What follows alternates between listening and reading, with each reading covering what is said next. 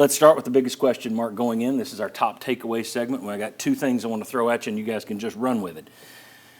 Joey Aguilar, he was the biggest question mark going in. He had some great numbers at App State, and he had some bad numbers at App State. How's it going to look when you move him into the SEC? Well, 16 of 28 passing, 247 yards, 3 touchdowns, including a beautiful deep ball to Braylon Staley. As good as you can throw it. Hit Kitzelman, hit Thomas for a touchdown. No interceptions. Underline that, no interceptions. Some high throws, also some nice scrambles.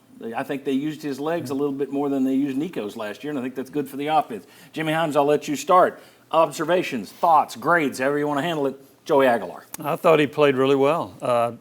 I wouldn't give him an A, but I'd give him a strong B.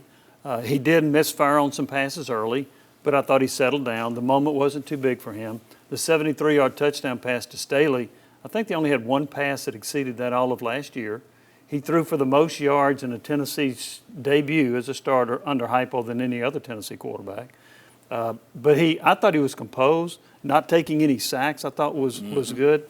He found the middle of the field. He had a couple of drops over the middle, but at least he threw it over the middle.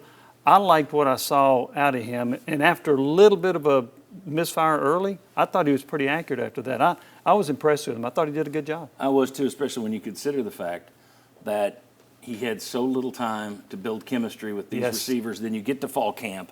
You learn the offense. You get to fall camp. You got a different center. They're doing a battle there. You're rotating in a quarterback battle, and your top 3 receivers are in and out of the lineup for a first game. If you're going to build on that, what you saw yesterday, I think that's a great first step. Will Overstreet, your thoughts on the quarterback? Yeah, I thought the word was decisive because, where you've seen last year at times deciding when to run, when not to run, when to pass it, I thought he was making decisions and saying, hey, I got the ball. I'm going to make the call right now. And so what I liked about him was just his decision-making process. As I saw it, there wasn't hesitation. It wasn't like, I'm doubting it and pulling it back. He was making the right decision. And one of his best plays was that scramble out to the left near the goal, in the red zone, where he has to decide to run or throw, and he picks it. He keeps his eyes downfield as he was running. I thought that was a mature-looking, really nice quarterback play that, put that tape on game, for another defense to watch goes, hey, this guy's got something, right? Like where he's going to be and where his top end is, that's still to be determined. But you see enough now where people are going to be like, okay, this guy's got some ability. He's got some things we need to work on. Bob and I were watching the game yesterday, and I said, I was more impressed by that play than I was the deep ball. Yes. Because you can throw a deep ball. Okay, got it. Nice play, beautiful.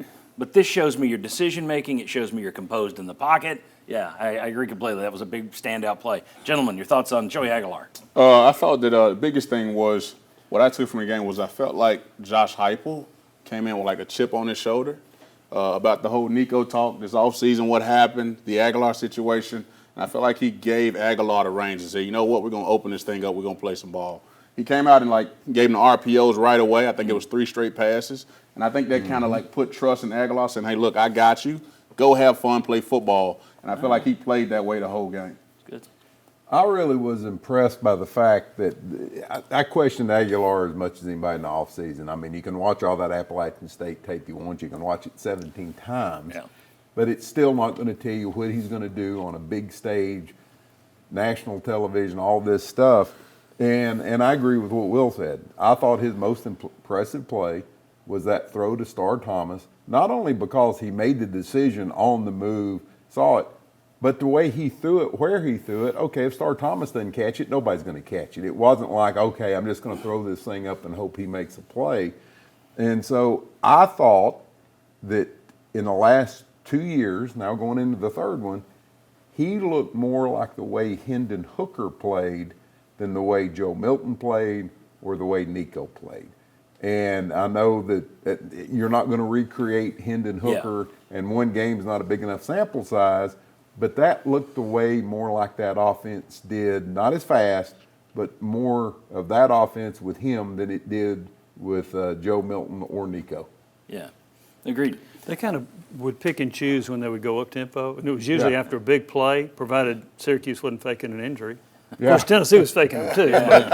But yeah, there were several times they snapped it with about 10 seconds gone off the play clock to hurry things up. I thought he looked comfortable doing that. Well, and we talked about in the offseason, you had Josh Heupel say the rules have changed a little bit that affect the tempo. You had another offensive coordinator, Virginia Tech, who runs that same offense, who said, yeah, we really can't, we're not trying to do 100 plays a minute anymore, or 100 plays a game anymore. We're trying to keep you off balance. You don't know when we're going to the tempo and when we don't. And I think it's pretty clear that is what you're going to get from Josh Heupel moving forward, and not go back to that 2022 wild hyper speed, unless you start making big plays all over the field. That's the only thing I would throw in. I like seeing the deep ball.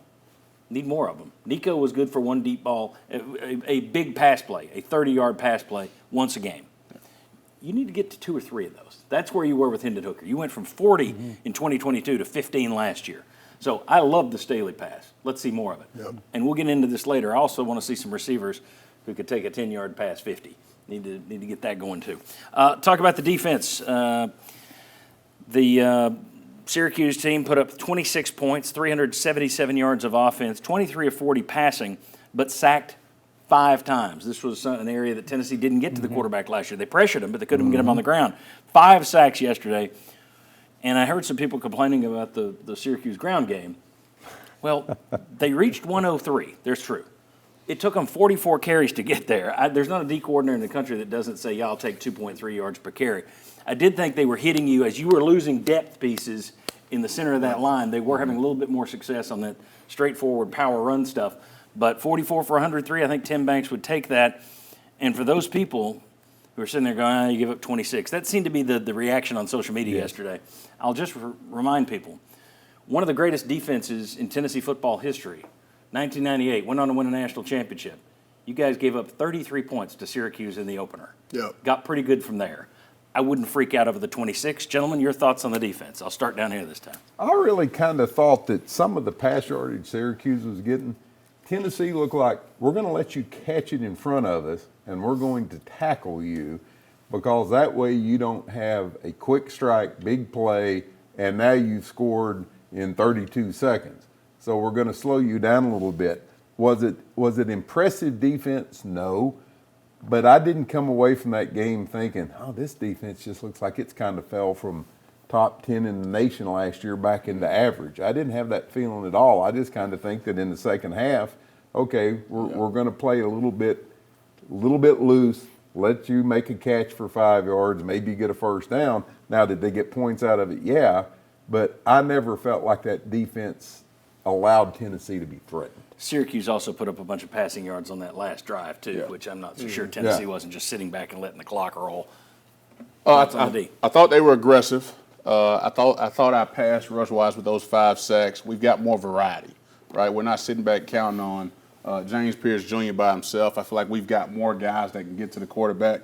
What I saw was, to me, it looked like we came in, we put our foot in their throat, we jumped up on them, and then we got comfortable. And we kind of laid back a little bit. And also the depth piece kicking there as well. But I think we got to go back to, we're running a little bit more up tempo, and so our defense takes a little bit more time to get adjusted to that tempo, being back on the field a little bit more.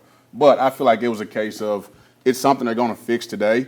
Hey man, we got up, we've got to keep our foot in their throat. I feel like we kind of got relaxed, and then I got to give some credit to Angeli. He took some hard hits, he did. And he's an experienced guy, and he was hitting them.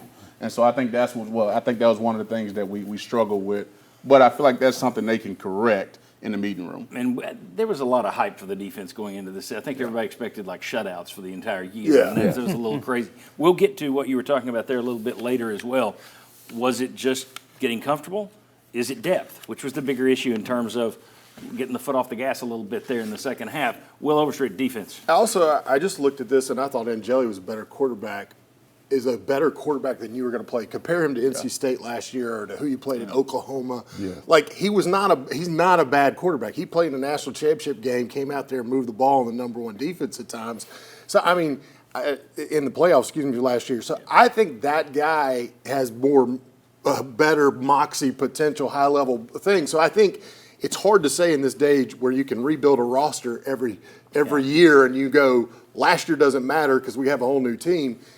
Where I was trying to judge is how good is the other guy on the other side of the field. And when I looked at it, I started saying, you know what, that guy's a pretty good guy. I don't know where he's going to compare against all of them, but he's not at the bottom of who you're going to face in quarterback list. He's probably somewhere mid-tier of who you're going to play. So they're going to score some points with that group up there. So I think they're a little bit better than maybe people get. And they obviously have a good offensive scheme as well because they threw it all over the yard last year with Kyle McCord. Jimmy. A couple of observations. Tennessee's secondary was without Jamad McCoy. They're All-American.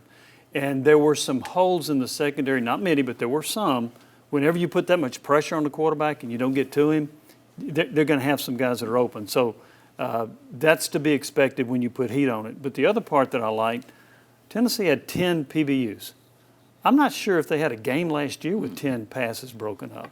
And I thought Colton Hood was really good. Yeah, he was. He had the fumble And the recovery touchdown, return. He had 3 passes broken up. Jalen McMurray had a fumble recovery and a sack. You know, they had some guys, and this guy Farouk that came out, he started. I thought they did some nice things, and I think this defense is going to get better.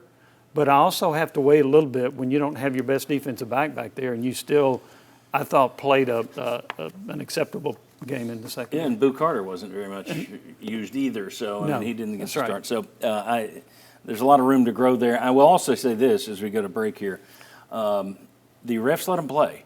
There were 2 or 3. There were 2 or 3 they could have flagged on Tennessee. There were 2 or 3 they could have flagged on Syracuse. I was just glad they let it go. They were even with it, so that was good.